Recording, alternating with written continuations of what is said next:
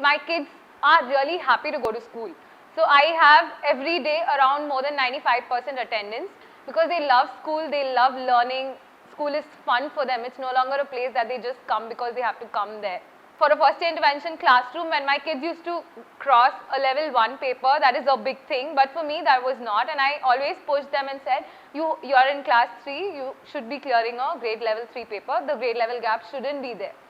So my co-teacher used to be very apprehensive, and she always used to think that how is it possible, even in private schools the rigor is not so high, how can you expect so much from them?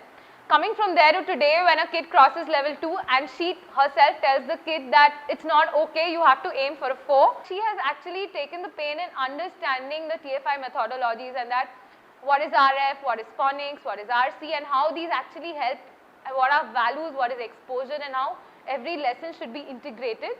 So I see her Tamil lessons also go like that. She's been in the system for around 20-25 years and I'm here just for 2 years. How can she just blindly trust me and decide, okay, this is where what is right and what I'm doing is wrong? I think the key here is building that relationship with the teacher, making her understand that she is in a very comfortable space, that she can be who she is in the class. She needn't be afraid just because I am there in the class. So I think that building that relationship really helped me put across new ideas or new thoughts to her. I kind of figured that every kid is different. I prepared a plethora of different activities and figured out what is appealing to whom, who is performing what in which better, tracking that on a daily basis, tracking those assessments regularly. Also, I think what helps is talking with the parents. The parents can probably say, oh, he always draws the full day, which means that that is something that the kid really likes to do.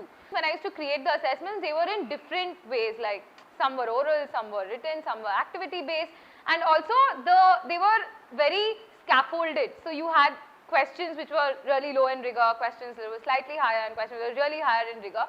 And when the kid answers those questions, if you actually track the marks question wise, you actually figure that, okay, this is what my kid knows and this is what my kid doesn't.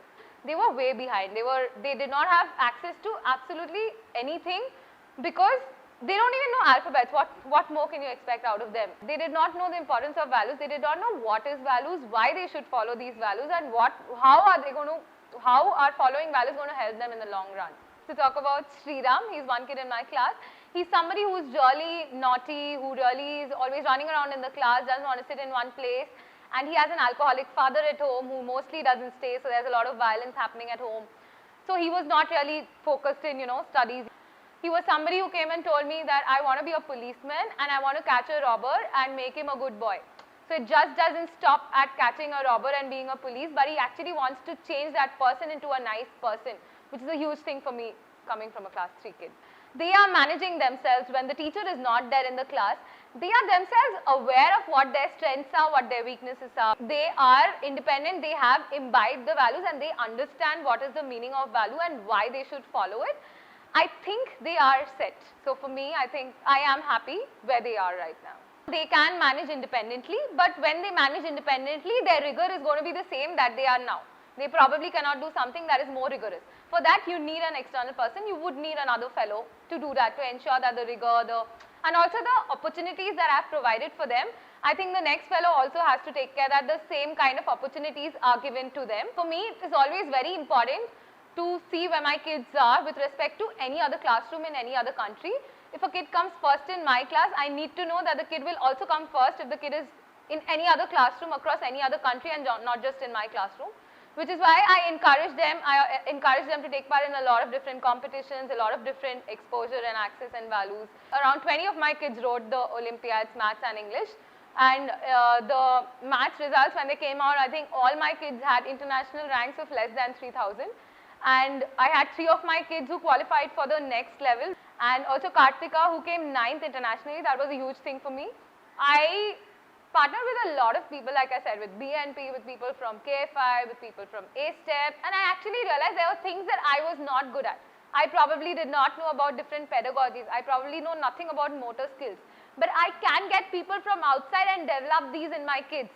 So why not do it? So I've seen the power of collective action, and that kind of has made me, my belief very firm that it is possible. You just need to ask and figure out. And initially, I just wanted my kids to have access to different kinds of people and know that there is so much more beyond their classroom. But then I began seeing results. I began seeing my kids improving in their learning. I began to see them improving their knowledge, their skills. I began to see them really understanding what they are doing, why they are doing, and that is when it struck me that I can actually use these people in my class to do things that I don't know, so that my kids still benefit from what they are supposed to. There's a lot at stake. It's the future of the kids, and which indirectly is the future of the country that at stake, and if I don't give my best, that is not going to work.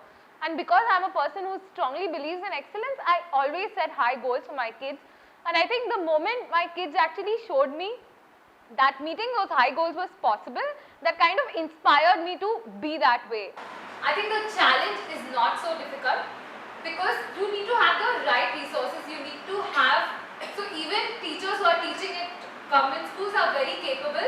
They just don't have the proper training. They just don't have the proper resources.